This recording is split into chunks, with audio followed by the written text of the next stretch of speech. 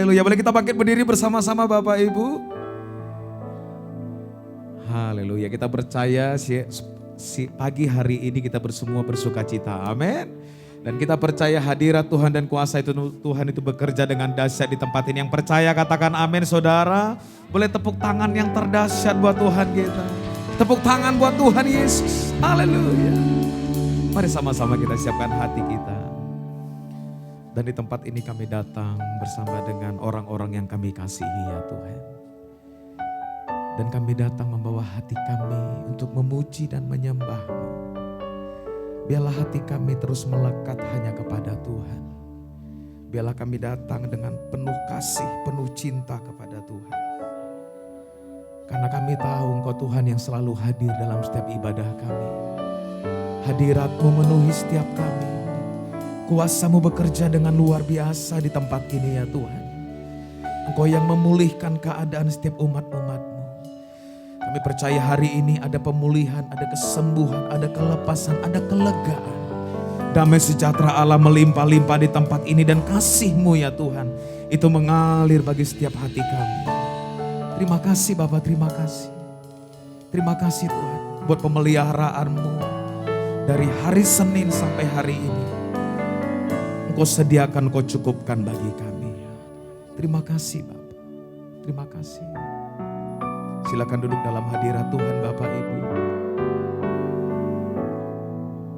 Terima kasih Bapak.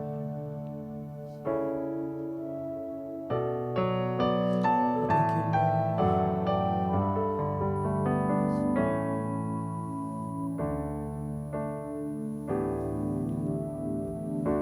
Perhatikanlah bunga bakung di ladang, Tuhan hiasi tanpa bekerja. Apalagi kita orang percaya, Tuhan pelihara,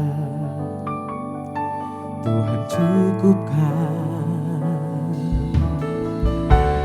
Perhatikan burung-burung di udara, Tuhan beri makan tanpa bekerja. Apalagi kita kesayangannya, Tuhan pelihara, Tuhan sediakan.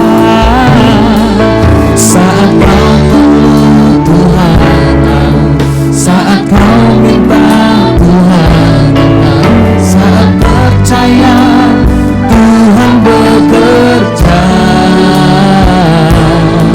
saat menangis Tuhan, saat berdoa Tuhan dengar, saat bersyukur Tuhan berkati. Katakan dengan iman percaya saudara. Perhatikanlah bunga bakung di ladang, Tuhan hiasi tanpa bekerja. Amin.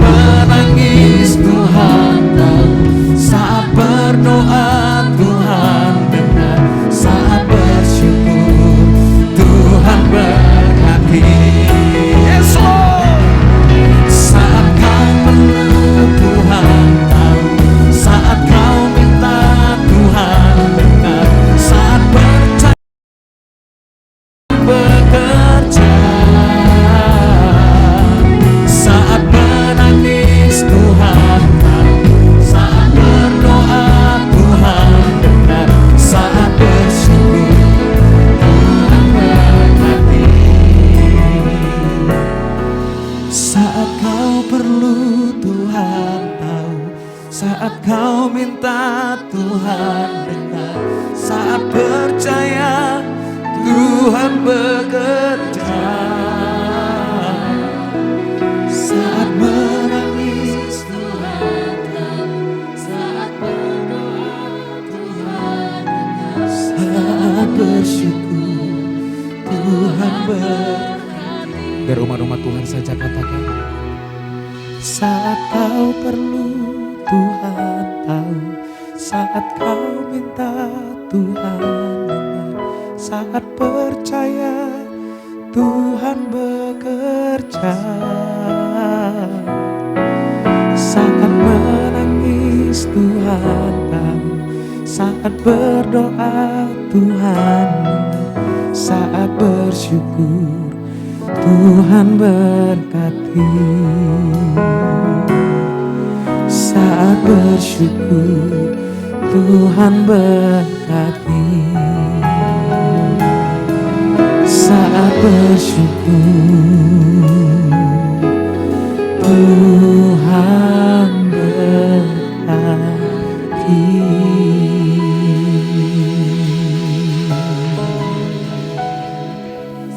Terima kasih.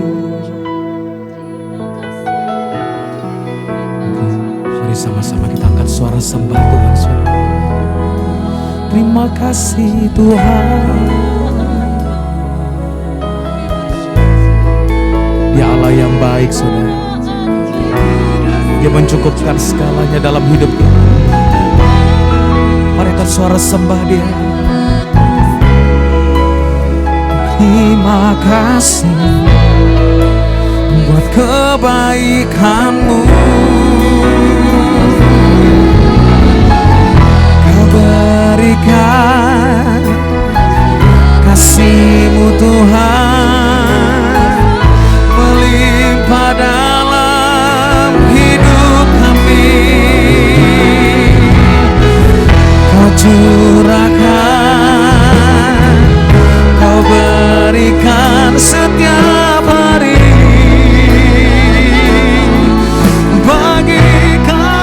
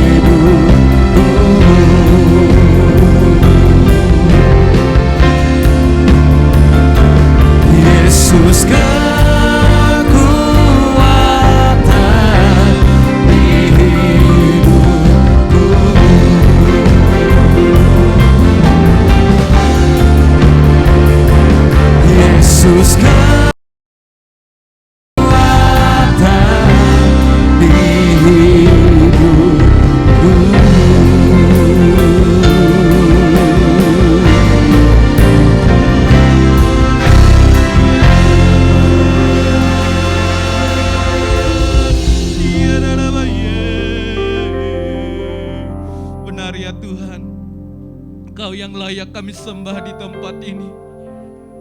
Engkau yang layak kami tinggikan di tempat ini ya Tuhan.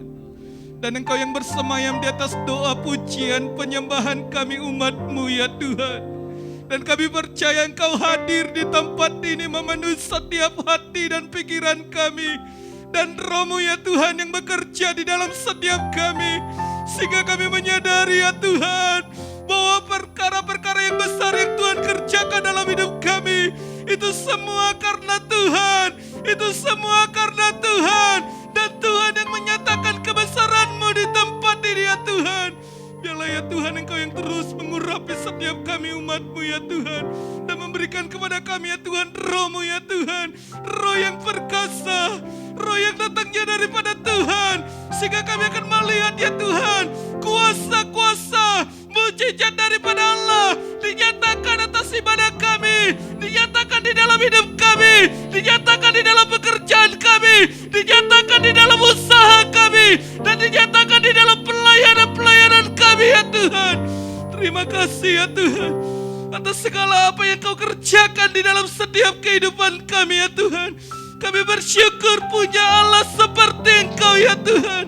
Terima kasih ya Tuhan. Dan kami juga membawa bangsa kami ke dalam tangan-Mu ya Tuhan. Tuhanlah yang memberkati Indonesia. Dan Tuhanlah yang melindungi Indonesia. Dan Tuhanlah yang menghadapkan wajah-Mu atas Indonesia. Dan Tuhanlah yang memberi damai sejahtera atas Indonesia. Biarlah ya Tuhan, hari-hari ini kami rindukan pemulihan terjadi atas bangsa kami. Segala aspek kehidupan yang ada di bangsa ini, dimulai dari pemerintahan, seluruh penduduk yang ada di bangsa ini ya Tuhan. Maka segala bidang yang ada di bangsa ini ya Tuhan, baik itu pendidikan, sosial budaya ya Tuhan, dan perekonomian bangsa ini ya Tuhan, kami serahkan kepada Tuhan. Dan Tuhan bekerja atas bangsa ini. Tuhan bekerja di dalam pemerintahan. Tuhan bekerja dalam penduduk-Mu yang ada di bangsa ini ya Tuhan. Terima kasih ya Tuhan. Terima kasih atas segala apa yang Kau kerjakan atas bangsa ini. Kami bersyukur ya Tuhan buat pemeliharaan-Mu atas Indonesia ya Tuhan. Kami bersyukur ya Tuhan buat kasih setia-Mu atas Indonesia ya Tuhan. Terus ya Tuhan lengkapi bangsa ini dengan kuasa daripada Tuhan. Sehingga kami akan melihat pekerjaan-pekerjaan Allah dikerjakan atas bangsa ini ya Tuhan. Dan kami juga berdoa ya Tuhan, buat setiap bapak-bapak rohani yang Tuhan percayakan, yang Tuhan pakai, mulai dari Gembala Pembina kami Bapak Niko dan keempat wakilnya, Gembala Rayon 12 Bapak Gede Widiana dan ketiga wakilnya. Tuhan kami berdoa ya Tuhan, kuatkan dan teguhkan hati hamba-Mu ya Tuhan, agar setiap kebenaran yang akan disampaikan adalah kebenaran yang akan menuntun umat-Mu ya Tuhan, menjadi umat yang layak, menjadi umat yang berkenan di hadapan Tuhan. Sehingga ya Tuhan, ada pesan-pesan Tuhan yang Tuhan sampaikan atas setiap bapak-bapak rohani kami ya Tuhan. Kami mengasihi ya Tuhan pemimpin kami. Dengan ya Tuhan kami berdoa, dengan kami menopang setiap pemimpin-pemimpin rohani kami ya Tuhan. Kami percaya Tuhan, bukan karena kuat gagah mereka, namun Roh-Mu yang ada dalam mereka ya Tuhan, mengurapi mereka, memakai mereka ya Tuhan, menjadi alat di tangan Tuhan, memperluas kerajaan-Mu baik di Indonesia maupun di bangsa-bangsa ya Tuhan. Berkati istri, anak-anak mereka, keluarga besar mereka ya Tuhan. Pemeliharaan Allah sempurna atas mereka ya Tuhan. Terima kasih ya Tuhan. Dan kami juga berdoa ya Tuhan, buat gembala kami akan menyampaikan isi hati-Mu ya Tuhan. Kami percaya Tuhan, kebenaran yang akan disampaikan adalah kebenaran yang akan memerdekakan setiap kami. Kebenaran yang terus memulihkan kami, mengajari kami ya Tuhan, bagaimana kami hidup untuk kemuliaan bagi nama Tuhan. Ini doa kami ya Tuhan. Datanglah kerajaan-Mu atas ibadah kami. Jadilah kehendak-Mu atas ibadah kami, sama seperti di surga. Haleluya. Beri tepuk tangan buat Allah kita saudara. Ya Yesus yang ajaib dalam hidup kita. Tepuk tangan buat Tuhan. Haleluya.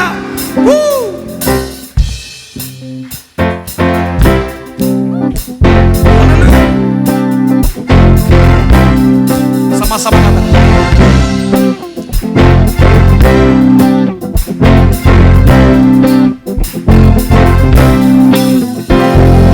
Yesus ajaib, Tuhanku ajaib,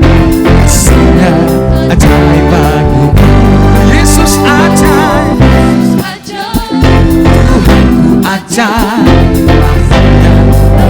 selamanya. Tak berubah kasih-Nya, tak berubah kasih-Nya. Setiap hari bertambah indahnya, sampai bumi berlalu dan habislah nagamu. Yesusku ajaib lagi. Tepuk tangan buat Allah kita. Haleluya. Mari sama-sama katakan saudara, Yesus ajaib, Tuhanku ajaib, kasih-Nya ajaib bagiku. Yesus ajaib, Yesus ajaib, hey, aku ajaib, kekal selamanya. Tak berubah kasih-Nya, setiap hari bertambah indahnya, sampai bumi berlalu dan habislah nagamu. Yesusku ajaib bagi. Tak berubah kasih-Nya, tak berubah kasih-Nya. Setiap hari bertambah indahnya, sampai bumi berlalu dan habislah nagamu. Yesusku ajaib bagi. Mari sama-sama katakan saudara, Yesus ajaib, Dia berkuasa, mujizat, sebab Yesus ajaib. Oh, Yesus ajaib, Dia berkuasa, berkuasa, ada mujizat, sebab Yesus ajaib. Tepuk tangan buat Allah kita.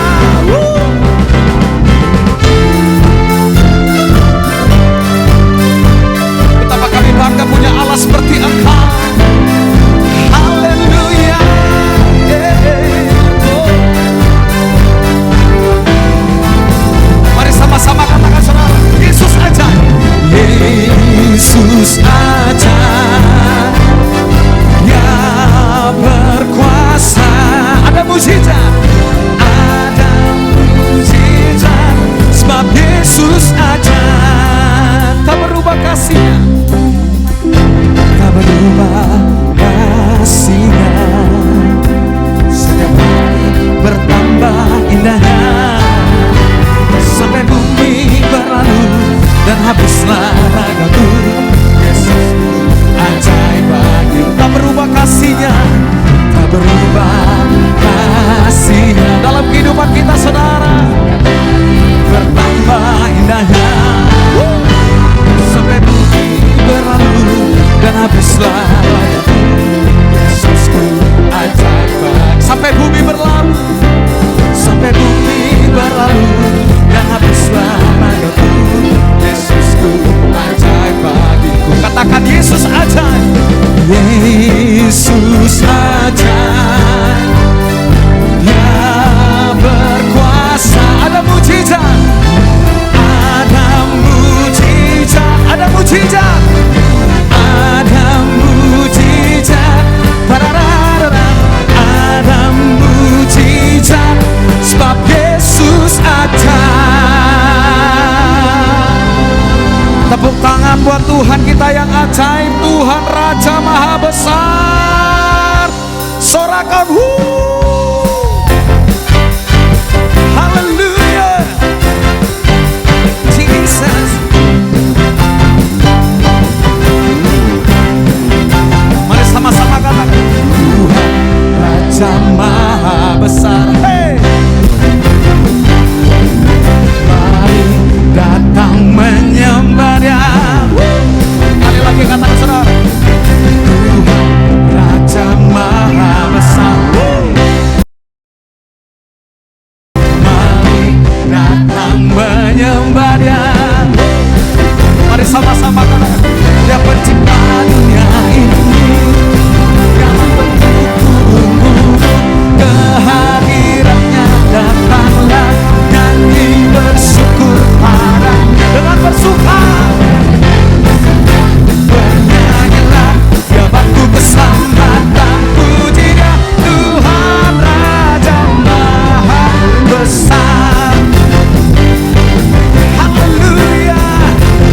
Sekali lagi katakan, Tuhan Raja Maha Besar.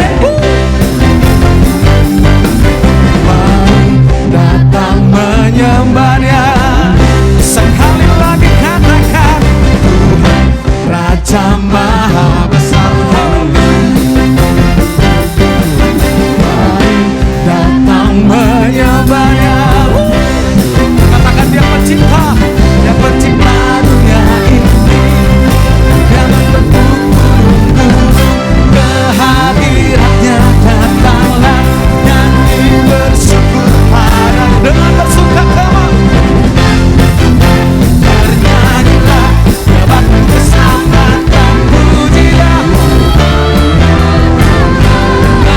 Ayo katakan, dia pencipta, dia pencipta dunia ini, yang menunggu kehadirannya. Datanglah nyanyi bersyukur padanya, dengan bersuka bernyanyilah, ya batu keselamatan pujilah. Maha besar Tuhan Raja Maha Besar. Kami percaya Tuhan Raja Maha Besar. Sorakan haleluya, haleluya. Tepuk tangan buat Tuhan kita. Mari sama-sama kita akan deklarasikan Pentakosta yang ketiga, Bapak Ibu. Mari sama-sama. Apa yang dimaksud dengan Pentakosta ketiga? Sama-sama. 1. Pentakosta ketiga adalah pencurahan Roh Kudus yang dahsyat di zaman ini, melebihi yang terjadi di Azusa Street. 2. Pentakosta ketiga akan mengakibatkan penuaian jiwa yang terbesar dan yang terakhir sebelum Tuhan Yesus datang kembali. 3. Pentakosta ketiga akan membangkitkan generasi Yeremia, yaitu anak-anak muda yang dipenuhi Roh Kudus, cinta mati-matian kepada Tuhan Yesus, tidak kompromi terhadap dosa, dan akan bergerak untuk menangkan jiwa. 4. Pentakosta ketiga lahir di Indonesia dan bergerak ke bangsa-bangsa. Gerakan ini dari timur ke barat dan akan kembali ke Yerusalem. 5. Pentakosta ketiga akan berikan kuasa untuk menyelesaikan amanat agung. Dan setelah itu Tuhan Yesus datang kembali. Tepuk tangan buat Tuhan. Haleluya. Silakan duduk Bapak Ibu yang dikasih Tuhan. Mari kita bawa persembahan kita, saudara. Mari kita berdoa. Terima kasih Tuhan. Engkau baik dan sungguh teramat baik. Kami bawa Tuhan persembahan kami. Hati kami bersyukur buat setiap penyertaan dan perlindungan Tuhan. Kami bawa persembahan kami dengan hati yang melimpah dengan sukacita. Haleluya. Amin.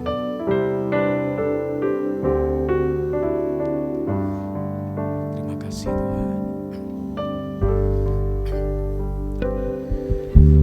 Bawaku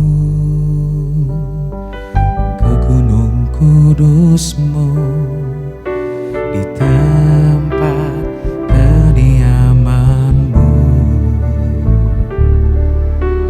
Biar kemuliaan melingkupi hidupku, dan jiwaku kan dipuaskan.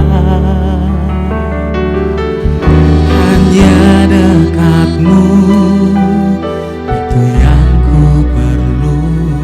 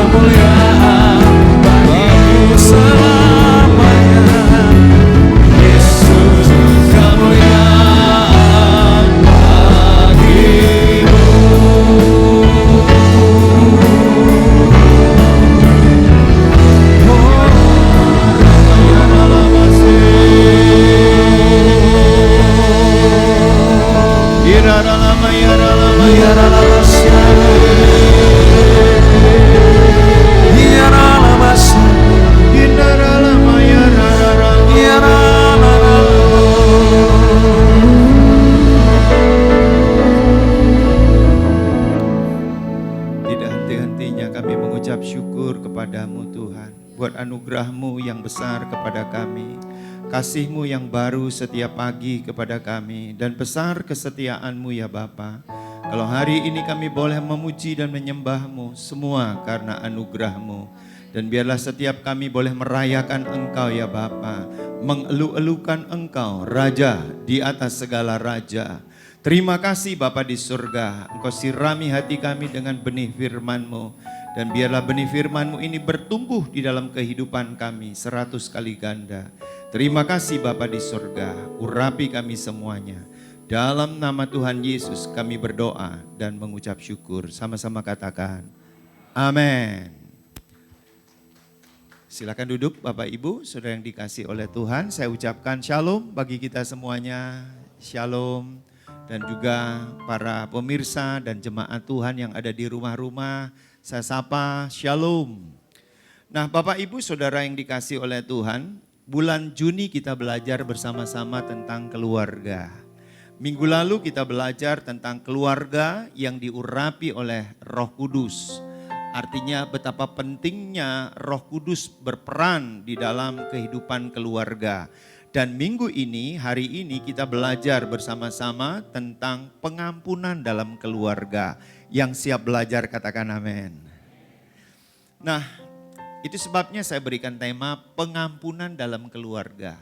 Pengampunan ini unsur yang sangat penting untuk menjaga keutuhan keluarga.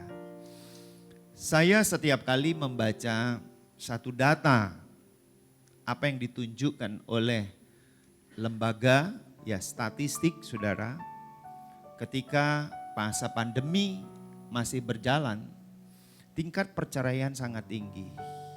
Saya pikir tingkat perceraian hanya 100%, mendekati 1000% saudara. Itu sesuatu yang sangat luar biasa. Dan tentu salah satunya adalah dari orang-orang Kristen yang bercerai.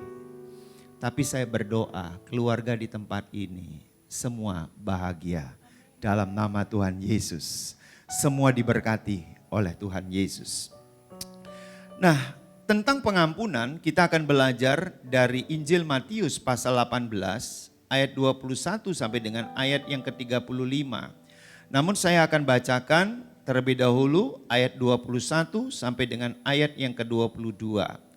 Kalau boleh bisa ditayangkan Injil Matius pasal 18 ayat 21 sampai dengan 22. Mari kita baca ayat yang ke-21. 2, 3. Kemudian datanglah Petrus dan berkata kepada Yesus, Tuhan, sampai berapa kali aku harus mengampuni saudaraku jika ia berbuat dosa terhadap aku?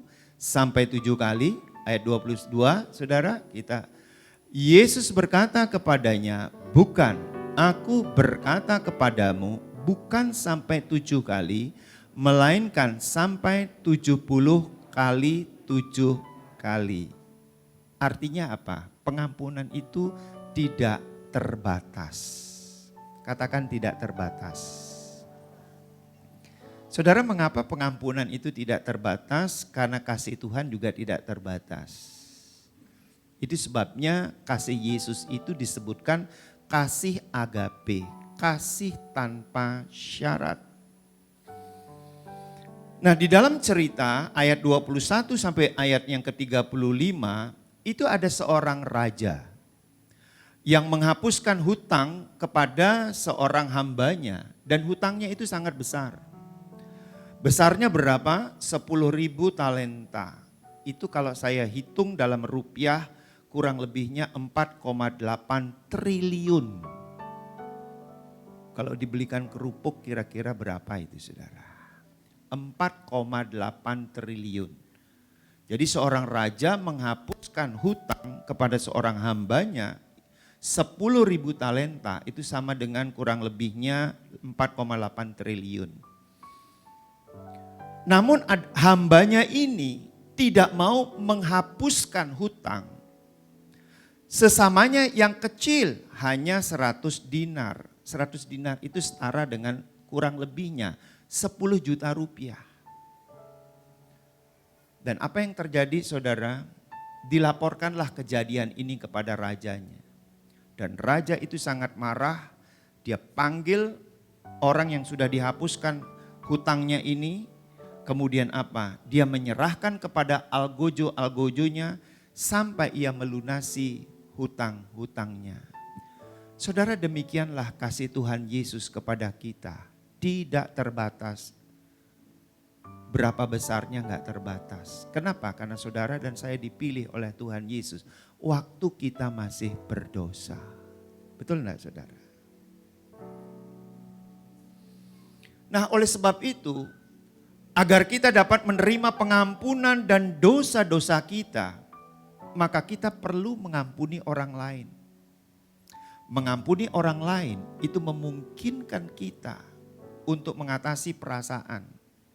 Apa perasaannya saudara? Marah, kepahitan, balas dendam. Pengampunan dapat menyembuhkan luka-luka rohani saudara. Dan membawa kedamaian. Serta kasih hanya Allah yang dapat berikan kepada kita. Saudara, pengampunan itu akan membuat kita mengatasi perasaan marah, pahit, dan balas dendam. Coba renung-renungkan saudara. Kalau kita menyebut nama seseorang, kemudian kita marah saudara, kemudian kita mau balas dendam, artinya kita belum melepaskan pengampunan kepada orang itu. Nah, saudara, saya ajak kepada sebuah pepatah begini ya. Masih ingat gak pepatah ini saudara? Setiap kali ada pidato, pepatahnya begini ya. Tidak ada gading yang tidak retak. Masih ingat ya saudara ya? Artinya apa? Tidak ada manusia yang tidak pernah berbuat salah. Kalau kita hadir dalam satu acara di pemerintahan, itu selalu nih, ya bagian protokolnya bilang, tidak ada gading yang tidak retak. Artinya tidak ada manusia yang tidak pernah bersalah di muka bumi. Enggak ada, hanya Tuhan yang tidak pernah bersalah. Kemudian apalagi untuk keluarga saudara, ada pepatah yang mengatakan bahwa sendok dan garpu di dalam satu piring yang sama akan sering berbenturan. Betul enggak ya? Saudara yang pakai sendok dan garpu siapa di sini? Sering berbenturan enggak saudara? Ya sering ya, antara sendok dengan garpunya berbenturan, antara sendok garpu dan piringnya juga berbenturan saudara ya. Artinya apa saudara? Dalam keluarga karena kita sering bertemu saudara, maka seringkali kita berbenturan. Sehingga terjadi apa? Perselisihan dan salah paham saudara. Siapa di sini keluarganya yang tidak pernah berbenturan saudara? Tidak ada ya, termasuk saya juga saudara. Kami juga kadang salah paham, kadang berbenturan, tetapi tidak sampai menimbulkan percikan api. Kenapa? Karena Roh Kudus yang memadamkannya. Itu sebabnya pentingnya Roh Kudus di dalam keluarga kita. Karena dia yang memadamkan saudara. Dengan pertolongannya, dia yang memadamkan itu. Saudara, di dalam gereja juga sama, di dalam kul juga sama. Itu sebabnya pada waktu saya mendengar, gak usahlah ikut kul, nanti salah paham, nanti berbenturan. Itu sebenarnya sama dengan begini, gak usah berkeluarga, nanti berbenturan suami istri, orang tua dengan anak. Mau jomblo sampai seumur hidup saudara. Enggak kan? Kul itu sama. Bedanya kan antara keluarga ya secara keluarga inti, suami, istri, anak, saudara. Kalau keluarga Allah ada bapak rohani, ada anak rohani, ada kakak rohani. Karena sering bertemu itu bisa terjadi berbenturan sama dengan apa? Sendok dan garpu, saudara.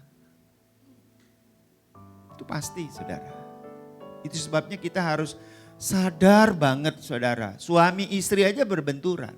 Apalagi yang bukan suami istri saudara. Bapak rohani, anak rohani, kakak rohani itu bisa terjadi berbenturan. Nah mengapa terjadi benturan-benturan ini? Kita harus tahu dulu. Kenapa terjadi perselisihan dan salah paham di dalam keluarga saudara. Saudara yang menyebabkan itu Ini banyak ya, tapi saya utarakan 2 saja penyebabnya. Pertama adalah perbedaan latar belakang kita. Suami istri berbeda latar belakang apa? Pendidikan, status sosial, lingkungan dari kecil. Itu sebabnya kalau konseling dengan saya, ini maaf ya saudara. Kalau calon suaminya S3, kemudian calon istrinya SD nggak tamat, saya pasti tawarkan. Bapak nggak salah memilih calon istri. SD aja nggak tamat. Atau sebaliknya, kalau calon istrinya itu S3, kemudian calon suaminya itu SD nggak tamat, ibu nggak salah memilih nih calon suamimu. Kenapa? Kesenjangan yang terlalu jauh itu akan memudahkan, memunculkan konflik, perselisihan, salah paham. Kemudian latar belakang status sosial. Yang satu kaya sekali, sultan sebutan zaman sekarang saudara. Yang satunya sultan, yang satunya office boy gitu atau office girl gitu saudara. Saya pasti ngomong, nggak salah tuh Anda memilih. Kenapa? Karena peluang terjadi konflik yang besar itu sangat mudah terjadi saudara. Kesenjangan terlalu jauh, itu menyatukannya tidak mudah. Itu baru dari perbedaan latar belakang. Lingkungan dari kecil. Yang satu rapi saudara, dididik dari kecil rapi, sopan santun, beretika. Misalnya nih dari suku Jawa nih saudara. Suku Jawa itu apalagi yang dekat dengan keraton saudara. Itu kan dilatih sangat beretika, sopan santun gitu ya. Terus mau menikah dengan orang pasaran begitu ya. Ngomong dekat aja saudara, gaungnya bisa sampai 1 kilo saudara. Enggak salah nih memilihnya. Saudara kita enggak bisa ngomong begini, iya Pak saya udah cinta banget. Cinta atau cinta? Saya bilang gitu kan. Nah perbedaan yang berikutnya adalah perbedaan cara pandang. Saudara cara pandangnya ini apa? Mendefinisikan menyayangi saja sudah berbeda. Misalnya ya, saya merasa disayangi oleh istri, kalau begitu saya datang itu saya sudah dielus-elus begini. Habis itu karena saya suka kopi keluar, kue keluar. Itu saya sudah anggap istriku tuh menyayangi banget aku. Tapi mungkin istri saya menganggap punya paradigma saya menyayangi dia kalau setiap waktu saya menyanjung. Enak betul kopi buatanmu ini. Enak betul masakan yang kamu buat ini. Terima kasih ya sayang, ada unsur sayangnya loh saudara. Dari sini aja udah beda kan saudara. Beda paradigma dalam mendefinisikan menyayangi. Kemudian beda paradigma di dalam hal apa? Kebutuhan sosial. Mungkin calon suaminya ini saudara atau suaminya ini kebutuhan sosialnya apa? Setiap minggu dia kumpul-kumpul dengan temannya yang lama. Kemudian kebutuhan istrinya mungkin juga kumpul-kumpul arisan dengan temannya yang lama. Beda kebutuhan sosialnya. Akibatnya apa? Berantem. Mungkin pada waktu itu hanya sekali dia kumpul-kumpul. Tapi saudara karena hati sudah panas. Kerjaanmu tiap hari hanya arisan, dan arisan. Kapan kamu buatkan supermi buat aku gitu kira-kira saudara. Kemudian istrinya juga begitu. Kamu tuh kumpul aja bulu tangkis terus tiap hari. Kapan bersama-sama dengan aku jalan-jalan? Cara pandang aja berbeda. Kemudian cara pandang berbeda dalam menghadapi masalah. Dalam berkomunikasi, dalam membuat keputusan, dalam pekerjaan dan lainnya. Begitu banyak saudara. Ini baru 2 saya ungkapkan perbedaan latar belakang sama perbedaan cara pandang. Belum yang lain-lainnya. Begitu banyak perbedaan antara suami dan istri. Oleh sebab itu kalau saya ibaratkan sendok itu adalah suami, garpu adalah istrinya. Tiap hari berjumpa di dalam piring keluarga, maka tidak pernah menutup kemungkinan terjadi konflik saudara. Dan kalau itu tidak diselesaikan, ujung-ujungnya adalah diawali perang dingin. Diam gitu saudara ya. Lama-lama jadi perang Malvinas saudara. Lama-lama bercerai saudara. Dan saya melihat tingkat perceraian yang luar biasa tingginya di Indonesia ini saudara. Dalam masa pandemi salah satu faktor penyebabnya ekonomi KDRT. Dan hebatnya lagi saudara, 16% lebih KDRT dilakukan para istri. Senyum-senyum kan. Saudara lihat aja datanya. Ya KDRT dilakukan hari-hari ini bukan oleh suami saja. Istri yang melakukan. Suami dicakar saudara ya. Suami ditendang, begitu dicekek begitu saudara ya. Saya berdoa di sini tidak ada saudara. Mungkin di planet Mars ada saudara. Saya berdoa di sini tidak ada. Dan kalau ada ya bertobat saudara. Iya, saudara. Wah, ini mengerikan sekali. Nah, saudara, apabila terjadi perselisihan dan salah paham, itu mesti segera diselesaikan. Dengan cara apa, saudara? Saling memaafkan, saling mengampuni. Dasarnya, saudara, tiada gading yang tidak rata. Dasarnya lagi apa? Sendok dan garpu itu akan selalu berbenturan setiap waktu, saudara. Serapi-rapinya saudara makan pakai sendok, pakai garpu. Tidak mungkin ya sendoknya ditaruh di sebelah kanannya saja, garpunya di sebelah kiri. Terus tidak diaduk-aduk, tidak mungkin. Suatu saat dia akan berbenturan begitu. Sama suami istri juga begitu. Dalam anggota keluarga Allah juga begitu. Anggota kul juga begitu. Jemaat dengan jemaat, jemaat dengan pengerja, pengerja dengan gembalanya saudara. Nah kalau kita tidak mengerti prinsip pengampunan ini, sakit hatinya minta ampun saudara. Makanya kenapa di dalam gereja itu sering terjadi itu di luar itu omongannya seru sekali saudara. Itu salah satunya karena belum mampu melepaskan pengampunan. Itu kuncinya saudara. Nah orang yang sudah mampu melepaskan pengampunan, ya dia enggak ngomongin lagi orang itu. Ngapain saudara? Emang gua pikirin apa saudara? Bola apinya aku lempar. Kalau saya begitu.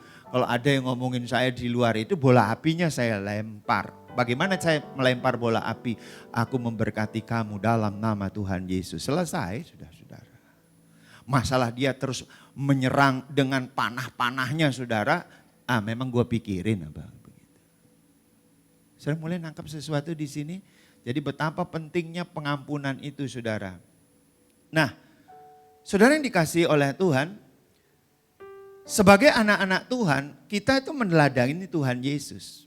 Makanya di dalam Matius 18 ayat 21 sampai 35, bahwa kerajaan surga itu diumpamakan seorang raja yang memberikan pelunasan hutang kepada seseorang, hambanya saudara. Yang berhutang tadi itu kurang lebih setara dengan 4,8 triliun saudara. Setelah dihapuskan hutang hambanya ini, ada orang lain lagi yang berhutang kepada hambanya ini. Cuma setara 10 juta, tapi enggak mau melunaskan, memutihkan, marah sekali. Demikian juga Tuhan Yesus. Ketika saudara dan saya tidak dapat melepaskan pengampunan itu kepada orang lain. Sebenarnya yang marah sekali itu adalah Tuhan. Aku mengampuni kamu dengan tulus. Dengan lunas aku bayar kamu. Aku tebus dosa-dosamu itu. Tapi kamu hanya setitik saja orang berbuat salah kepadamu. Kamu tidak mau ampuni orang itu. Yang marah itu Tuhan saudara. Oleh sebab itu, ketika kita tidak mampu melepaskan pengampunan saudara, maka dikatakan dalam Alkitab yang tadi kita baca, raja itu menyerahkan orang yang tidak mau mengampuni ini, tidak mau memutihkan hutangnya orang lain ini saudara kepada algojo-algojonya. Untuk apa saudara? Untuk menagih sampai lunas. Saudara kalau menurut saya hitung-hitungan, 4,8 triliun itu kalaulah kita bekerja, saudara. kita sebagai seorang karyawan, untuk mencapai 4,8 triliun itu saudara, dibutuhkan 200.000 tahun saudara. 200.000 tahun itu bentuk kita udah kayak apa ya saudara ya? Udah tengkorak saudara kita. Itu pun belum tentu lunas, 4,8 triliun saudara. Kalau Pak Darius bisa lunas cepat itu ya saudara. Tapi kalau saya saudara, entah wah berapa ratus ribu tahun baru bisa lunas itu 4,8 triliun itu saudara. Itulah kasih Tuhan saudara yang luar biasa. Sebab itu penting sekali yang namanya pengampunan ini. Nah mari kita akan melihat sama-sama saudara, pemahaman kita dalam pengampunan. Yang pertama saudara, pengampunan itu tanpa batas. Di ayat 21 sampai 22 yang tadi kita baca saudara. Kemudian datanglah Petrus dan berkata kepada Yesus, Tuhan sampai berapa kali aku harus mengampuni saudaraku jika ia berbuat dosa terhadap aku? Sampai 7 kali? Yesus berkata kepadanya, bukan, aku berkata kepadamu, bukan sampai 7 kali, melainkan sampai 70 kali 7 kali. Kalinya itu kan enggak ada batasannya saudara. Artinya apa? Pengampunan itu tanpa batas. Karena Tuhan mengasihi kita juga tanpa batas. Saya kagum dengan Tuhan saudara. Roma 5 ayat 8 mengatakan begini. Akan tetapi Allah menunjukkan kasih-Nya kepada kita oleh karena Kristus telah mati untuk kita ketika kita masih berdosa. Coba ya saudara renungkan ya firman Tuhan ini ya. Tuhan Yesus itu memilih, menentukan, mengasihi kita waktu kita masih berdosa. Itu satu tindakan yang sukar loh saudara. Kalau saudara dan saya dipilih karena udah baik, udah benar, itu mudah.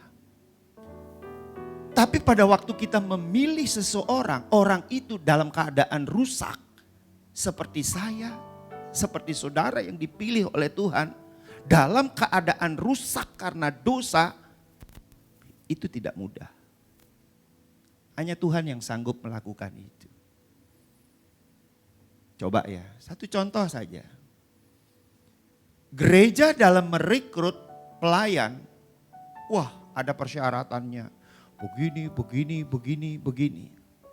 Suatu saat saya tuh berpikir saudara, Tuhan, ini apa persyaratannya ini benar enggak ya? Ya karena kan saya ngikuti saja semua apa yang dari pusat kita saudara. Sedangkan Tuhan memilih saya. Waktu itu saya dalam keadaan masih berdosa. Tuhan katakan benar. Tetapi ada toleransinya. Tidak semua orang itu memenuhi persyaratan-persyaratan itu. Tapi ada sisi-sisi persyaratannya itu yang belum terpenuhi. Kalau ada sisi persyaratannya belum terpenuhi, maka itu butuh toleransi. Untuk apa toleransi? Supaya orang itu dapat memperbaiki diri. Sama dengan Tuhan, kenapa kasih Tuhan itu tanpa batas? Kenapa pengampunan Tuhan itu tanpa batas? Hari ini saudara berbuat jahat, saya berbuat jahat, minta ampun sama Tuhan, Tuhan mengampuni. Besok itu dengan kejahatan yang berbeda kita buat, kita minta ampun, Tuhan mengampuni. Pertanyaannya, mengapa Tuhan mengampuni kesalahan kita setiap waktu ketika kita melakukan kesalahan? Supaya kita punya kesempatan untuk memperbaiki kesalahan itu. Sama ketika kita mengampuni kesalahan orang lain, itu sama dengan memberi kesempatan kepada orang itu untuk memperbaiki kesalahannya. Tapi kalau kita tidak pernah melepaskan pengampunan kepada orang itu tidak punya kesempatan untuk memperbaikinya. Sama, kalau seandainya kita melakukan kejahatan di mata Tuhan, Tuhan langsung memvonis kamu hukum tak hukum 10 tahun, kamu tak hukum 20 tahun. Kita tidak punya kesempatan untuk memperbaiki. Itu sebabnya bagi saya hukuman dalam penjara tidak akan pernah memperbaiki kehidupan seseorang. Justru akan menambah volume kejahatan seseorang, saudara.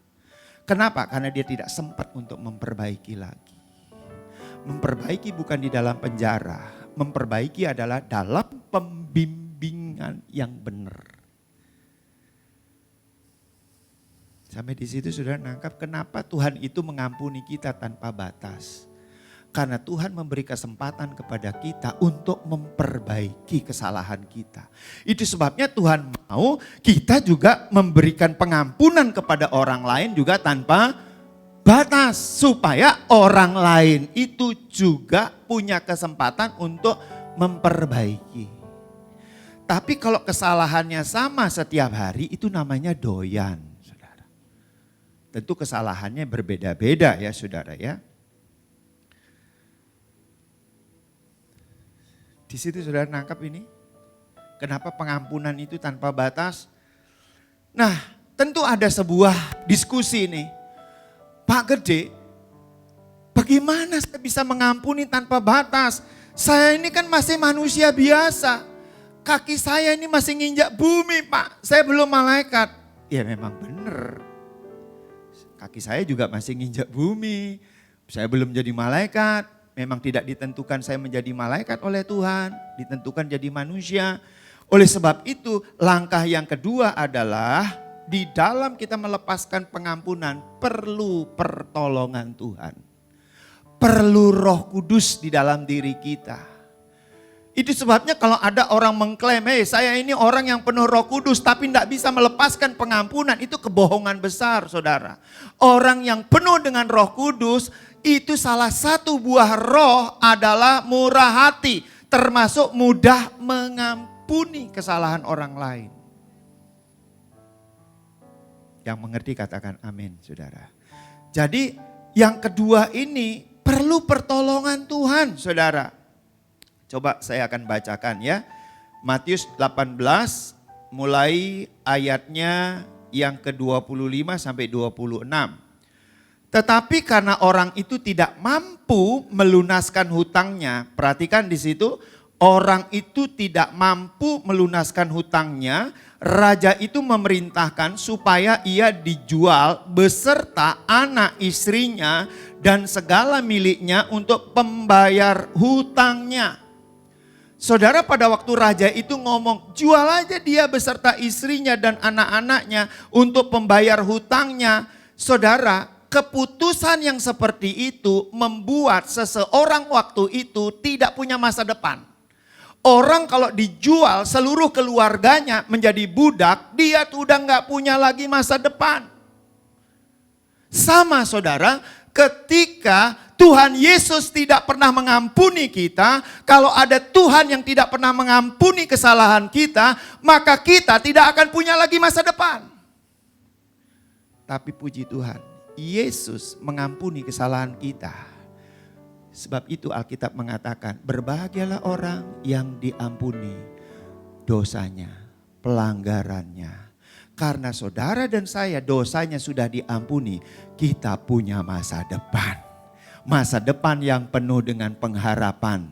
Masa depan hidup kekal bersama-sama dengan Tuhan Yesus. Perhatikan ayat yang ke-26.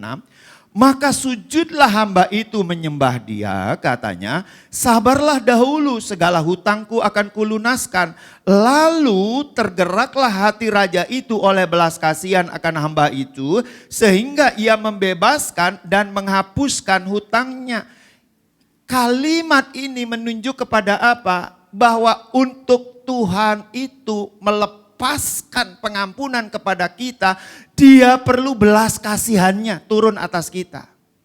Untuk kita juga mampu melepaskan pengampunan kepada orang lain, kita membutuhkan belas kasihan Tuhan. Itu turun atas kita dan kita berikan juga kepada orang lain itu. Makanya pengampunan itu kita bisa lepaskan ketika belas kasihan Tuhan itu memenuhi hati kita. Amin saudara. Dengan kekuatan sendiri, kalau saya mau katakan, jujur ya saudara, saya tidak mampu melepaskan pengampunan. Tidak mampu. Tapi dengan belas kasihan Tuhan, saudara mampu melepaskan pengampunan. Mampu.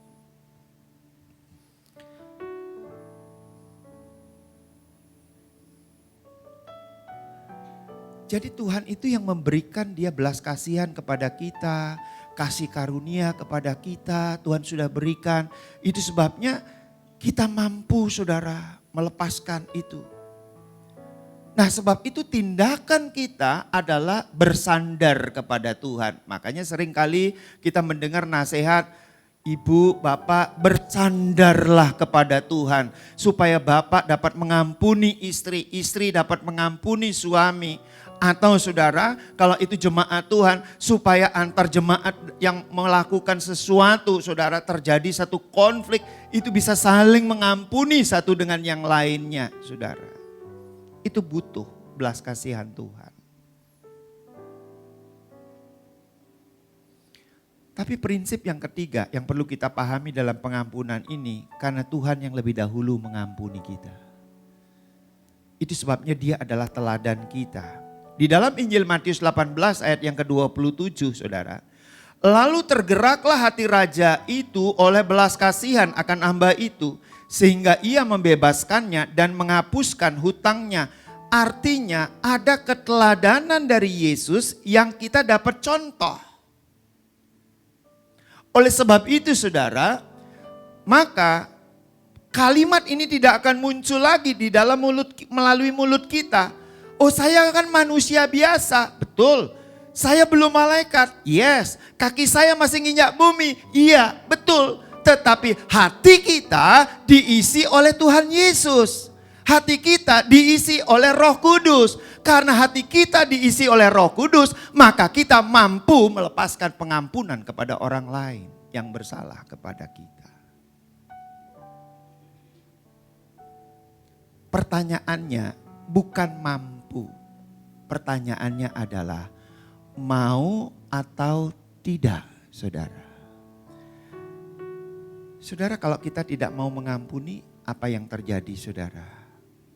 Di dalam Injil Matius pasal 6 ayat 14 sampai 15. Karena jikalau kamu mengampuni kesalahan orang, Bapamu yang di sorga akan mengampuni kamu juga. Tetapi jikalau kamu tidak mengampuni orang, Bapamu juga tidak akan mengampuni kesalahanmu. Artinya, ketika kita tidak melepaskan pengampunan kepada orang lain, Bapa di sorga juga enggak akan lepaskan itu kepada kita. Kalau Bapa kita tidak melepaskan pengampunan terhadap kita, maka apa yang terjadi saudara? Maka seperti yang dikatakan di dalam firman Tuhan Matius 18 ayat 32 sampai 35, maka Bapakku yang di sorga akan berbuat demikian juga terhadap kamu apabila kamu masing-masing tidak mengampuni saudaramu dengan segenap hatimu. Artinya apa saudara? Ada tuduhan yang terus menerus datang di dalam diri kita. Saudara, tuduhan yang terus menerus datang di dalam hati kita membuat saudara dan saya itu selalu gelisah di dalam hidup ini. Sukar untuk menjumpai kebahagiaan di dalam hidup ini, saudara. Seperti orang yang sudah dihapuskan hutangnya 4,8 triliun rupiah tadi, dia tidak mau menghapuskan utang temannya, saudaranya yang hanya 10 juta, dia diserahkan kepada algojonya atau debt collector, begitulah zaman sekarang. Yang tiap hari saudara debt collector ini akan datang ke rumah kita, ketuk pintu setiap hari. Dan apa yang terjadi? Setiap hari kita bersembunyi di kolong. Setiap hari kita menipu, berbohong. Kita ajari anak-anak kita kalau ada yang ketuk pintu, katakan Bapak tidak ada di rumah. Bapak sedang pergi ke kebun. Bermacam-macam kebohongan kita akan mulai tebar kemana-mana saudara. Untuk menghindari algojo-algojo ini. Hidup kita akan seperti itu. Kita akan tertuduh, tertekan. Lama-lama tidak berbahagia. Di depan kita ada yang lucu, kita pun tak lucu saudara. Kita ada di suasana bahagia pernikahan orang lain yang berbahagia, tapi kita tidak pernah berbahagia. Kenapa? Karena kita selalu merasa tertuduh di situ. Saudara nangkap apa yang Tuhan mau ini? Jadi kalau kita tidak melepaskan pengampunan, Bapa di sorga juga tidak melepaskan pengampunan kepada kita. Kalau Bapa tidak melepaskan pengampunan kepada kita, maka kita adalah orang yang tidak berbahagia. Jadi kita selalu mendapatkan tuduhan, tekanan di dalam diri kita. Kemanapun kita pergi, pindah dari satu ke gereja, merasa tertekan. Sudah pindah lagi ke gereja lain, tertekan lagi. Pindah kemana-mana, tertekan terus saudara. Pindah dari satu pekerjaan ke pekerjaan lain, juga merasa tertekan. Sebenarnya biang keroknya bukan gerejanya, bukan hamba Tuhannya. Biang keroknya adalah diri kita sendiri yang tidak mampu melepaskan pengampunan itu, tetapi tidak minta tolong sama Tuhan. Tapi ketika kita minta tolong sama Tuhan, Tuhan mampu memberikan belas kasihan itu sama kita. Saya akan tutup dengan kesaksian. Saudara, istri saya ini orang yang sabarnya luar biasa. Saya ini termasuk tipe orang yang kurang sabar. Ya, forum mukanya lembut tapi hatinya keras. Kenapa hati saya keras? Karena dari kecil itu udah mendapatkan tekanan-tekanan hidup yang begitu keras, saudara. Usia masih sangat muda tapi saya udah kerja, saudara. Dengan tekanan-tekanan yang begitu keras sehingga membentuk mental saya itu jadi keras, hati saya jadi keras. Belum lagi ditambah anak semata wayang, saudara, di dalam satu keluarga. Saudara bisa bayangin deh ya, anak tunggal itu kayak apa sih perilakunya, mentalnya seperti apa. Menikah dengan istri. Istri saya ini 7 bersaudara. Dan dia itu selalu menjadi pelayan di antara saudara-saudaranya. Nyediakan makanan, nyediakan ini, nyediakan itu, saudara. Artinya jiwa melayani dari kecil itu dia sudah ada. Waktu menikah dengan saya itu dari muda ya, maaf saudara. Saya tidak merokok, saya tidak bergaul dengan orang-orang yang tidak baik. Saya juga tidak melakukan pelanggaran-pelanggaran hukum. Saya juga tidak melakukan kejahatan, enggak. Saya enggak pernah bergaul dengan orang-orang yang seks bebas, saya enggak. Semua itu sih saya tidak pernah lakukan. Tetapi ada perilaku-perilaku saya yang tidak pas dengan beliau ini. Contoh saudara ya, karena anak tunggal saya tuh cenderungnya egois saudara. Pokoknya kalau saya sudah punya mau A, mesti jadi. Beliau ini karena saudaranya banyak toleransinya. Untuk menghubungkan, menyatukan, saya kalau bilang pokoknya ke sini, dia toleransinya banyak. Jadi istri saya berdoa sendiri, tentu dia berdoa untuk saya. Karena dia sabar, lama-lama saya berubah. Saudara tahu bagaimana caranya Tuhan merubah saya? Dijadikanlah aku seorang gembala. Padahal cita-cita saya bukan menjadi gembala. Cita-cita saya itu menjadi seorang dokter spesialis kandungan.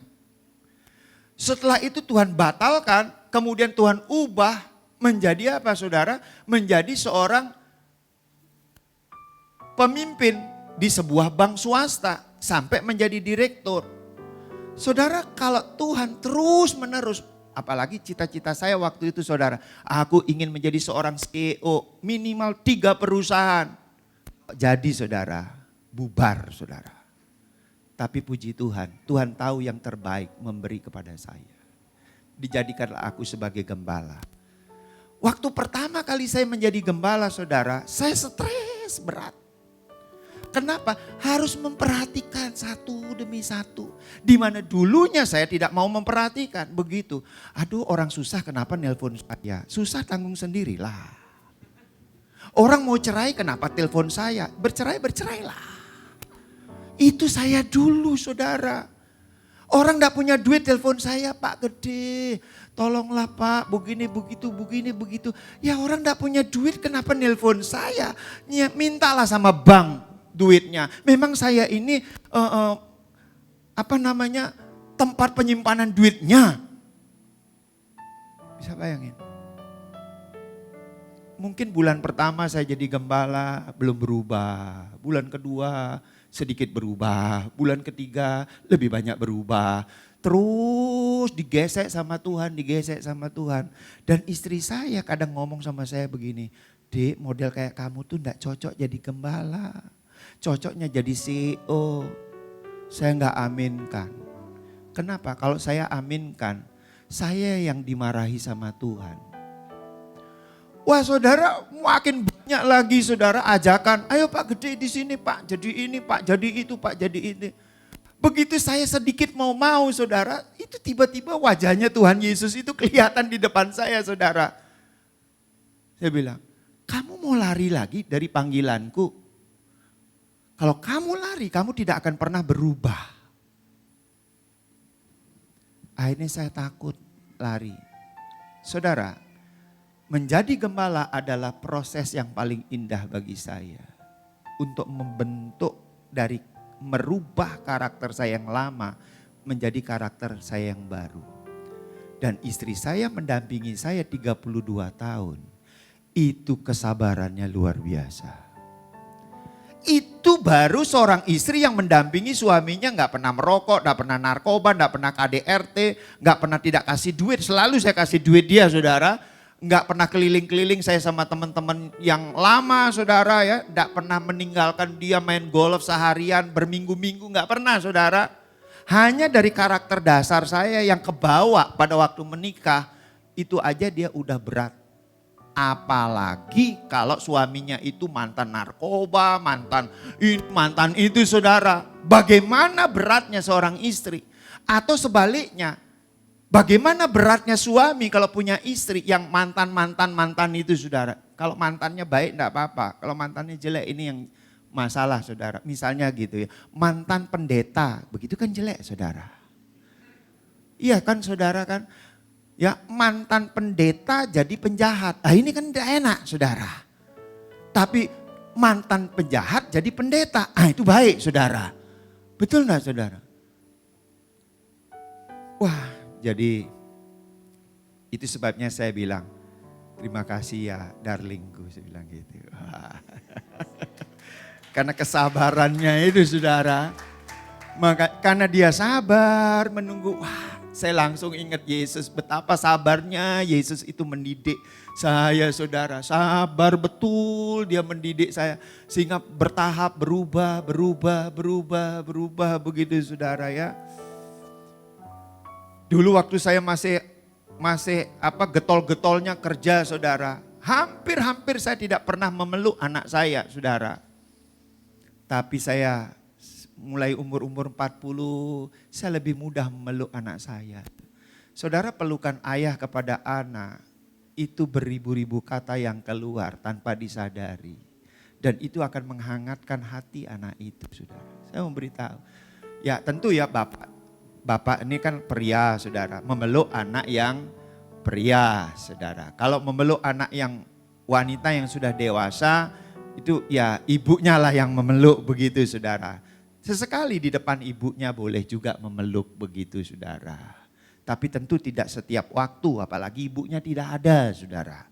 Ini bisa berbahaya nantinya saudara, berbahaya seperti.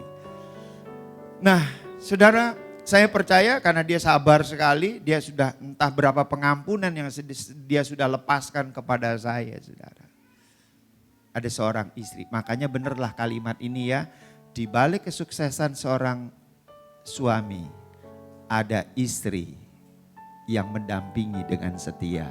Wih berbahagialah istri-istri yang mendampingi suaminya sampai ke jenjang sukses saudara. Tepuk tangan dulu buat ibu-ibu ya. Wah luar biasa saudara. Tapi saya cari-cari anekdotnya, enggak ketemu di balik seorang istri yang sukses, enggak ada saudara suami-suaminya. Saya heran ini kan siapa sih yang membuat quotation ini ya, kok ndak adil begitu saudara ya. Tapi ada quotation yang lainnya. Bahwa istri itu adalah gambaran dari suami. Kalau istrinya makin cantik, makin hari, artinya suaminya mampu membahagiakan. Tepuk tangan buat laki-laki saudara. Ya kalau istrinya itu makin tua, makin cantik, maksudnya makin cantik itu ya benar-benar penampilannya cantik, inner beauty-nya juga muncul saudara. Jadi antara rohani dan jasmaninya itu muncul. Maka itu dibaliknya ada peran suami yang mendandani istrinya secara fisik saudara. Ya dikasihlah uang make up, dikasih ya sedikit untuk jalan-jalan lah kamu nge-mall sedikit begitu. Ada itu suami begitu saudara. Tapi kalau suaminya pelit saudara, ke mall aja kerjaan kamu. Wajahnya tekuk gitu saudara. Kemudian inner beauty-nya itu nampak saudara. Wah sumringah, mudah sekali bergembira, bersuka cita. Itu pasti suaminya luar biasa saudara.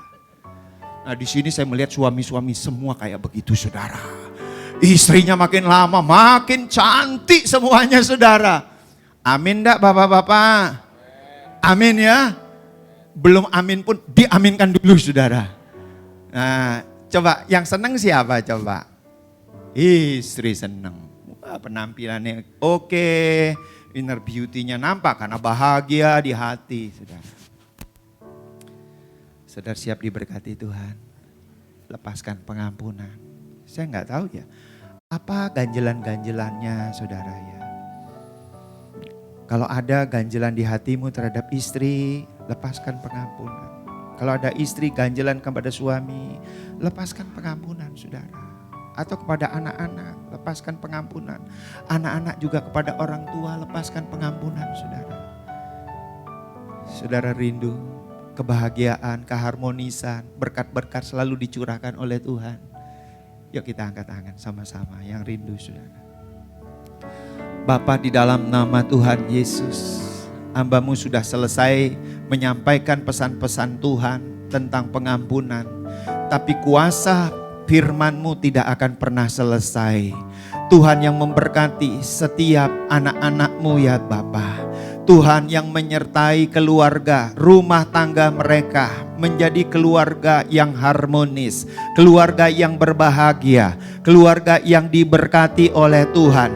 Dan firman Tuhan terjadi ketika kerukunan terjadi dalam keluarga. Di sanalah, kesanalah Tuhan memerintahkan berkat kehidupan selama-lamanya. Hamba-Mu berdoa, Tuhan lepaskan berkat-Mu kepada setiap keluarga demi keluarga yang hadir di sesi yang kedua ini ya Tuhan. Sehingga keluarga mereka menjadi keluarga yang berbahagia, keluarga yang harmonis dalam nama Tuhan Yesus.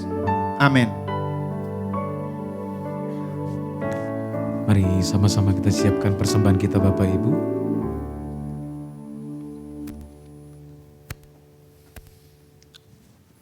Mari kita berdoa. Daripada mula datangnya berkat yang tak pernah habis melimpah dalam kehidupan kami Tuhan. Dan kami bersyukur buat setiap kebaikan-Mu yang kami alami setiap hari. Sebab Tuhan yang sudah memberkati pekerjaan, usaha, bahkan pelayanan setiap umat-umat Tuhan di tempat ini. Dan kami memuliakan Engkau Tuhan lewat setiap berkat Tuhan yang sudah kami terima. Dan kami bawa dengan hati penuh ucapan syukur dalam nama Tuhan Yesus, haleluya, amin. Sambil kita memberikan persembahan, kita akan melihat beberapa pengumuman.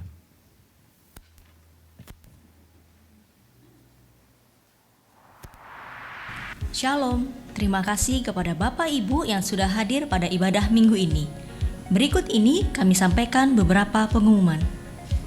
Ibadah Raya Onsite hari Minggu tanggal 19 Juni 2022 pukul 7, 9, 11, dan 16.30 waktu Indonesia Barat akan dilayani oleh Bapak Pendeta Daniel Panji. Menara doa via Zoom diadakan setiap hari Selasa sampai dengan Jumat pukul 9, 19, dan 20.30 waktu Indonesia Barat dengan meeting ID dan passcode yang tertera di layar. Menara doa online setiap hari Rabu pukul 10 waktu Indonesia Barat. Dapat disaksikan melalui Facebook dan YouTube Gihon TV. Ibadah WBI dengan tema Wanita yang Menuai dilayani oleh Bapak Pendeta Dr. Gede Widiada tanggal 15 Juni 2022 pukul 15 waktu Indonesia Barat di Central Plaza lantai 2. Event spesial WBI kali ini adalah penampilan line dance dari Umas, ada permainan disertai hadiah souvenir yang menarik. Bagi ibu-ibu yang perlu bantuan transportasi, dapat menghubungi Ibu Oni atau Ibu Ida. Mesbah keluarga setiap hari Jumat pukul 20 waktu Indonesia Barat. Dapat disaksikan melalui Facebook dan YouTube Gihon TV. Fellowship Umas atau Usia Emas akan segera diadakan bersama Bapak Gembala Pendeta Dr. Gede Widiada. Bagi Bapak Ibu yang ingin bergabung dalam Umas, yaitu bagi yang berusia di atas 55 tahun, dapat menghubungi kontak person Ibu Soraya Siahaan. Doa puasa onsite setiap hari Sabtu pukul 10 waktu Indonesia Barat bertempat di Central Plaza lantai 2. Ibadah pemuda Youth Pentecost pada hari Sabtu pukul 18.30 waktu Indonesia Barat akan dilayani oleh Bapak Pendeta Daniel Panji, bertempat di Ruang Ibadah Raya Central Plaza lantai 2. Ibadah anak Geri 12 atau sekolah minggu pukul 7, 9, 11, dan 16.30 waktu Indonesia Barat. Ibadah anak online dapat disaksikan pada pukul 6 waktu Indonesia Barat melalui Facebook dan YouTube Gihon TV. Ibadah remaja atau Junior Church pukul 9 dan 11 waktu Indonesia Barat, bertempat di ruang GC Central Plaza lantai 2. Segera dibuka kelas kom atau kehidupan orientasi melayani seri 100 onsite diadakan setiap hari Minggu pukul 14 waktu Indonesia Barat, bertempat di Central Plaza lantai 2. Bagi yang ingin ikut kom dapat menghubungi PDM Toto Andrianto. Media Gihon Rayon 12 membuka lowongan untuk 1 orang konten creator dengan kriteria yang tertera di layar berikut. Bagi yang berminat dapat menghubungi Bapak Moses di nomor berikut.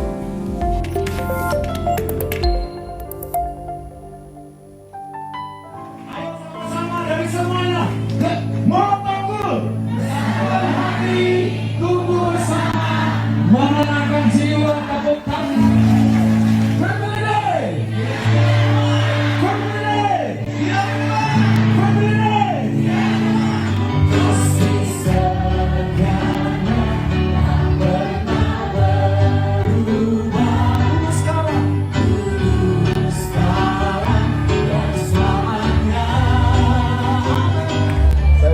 Terima kasih buat tim panitia yang sudah bekerja keras dan berlelah-lelah mempersiapkan acara ini.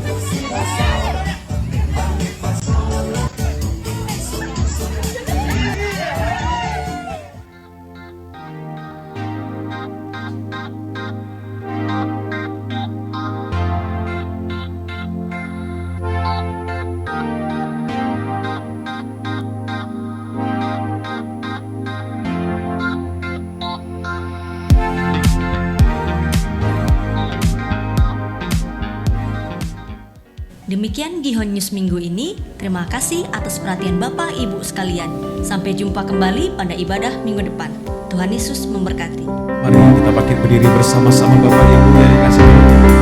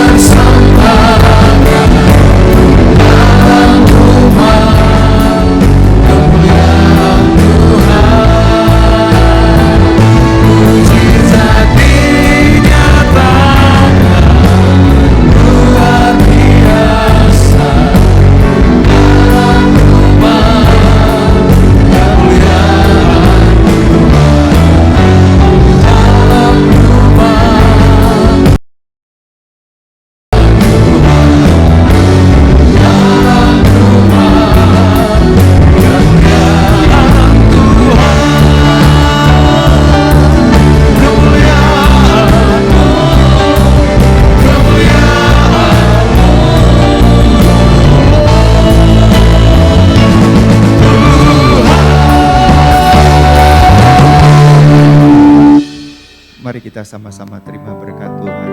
Pulanglah dengan damai sejahtera dan berkat yang melimpah-limpah dari Allah Bapa di dalam putranya yang tunggal, Yesus Kristus, dan persekutuan yang manis dari Roh Kudus memberkati setiap saudara. Mulai saat ini sampai Tuhan Yesus datang kali yang kedua, bahkan sampai selama-lamanya, kita sama-sama katakan amin. Selamat hari Minggu, Tuhan Yesus memberkati Bapak Ibu semua.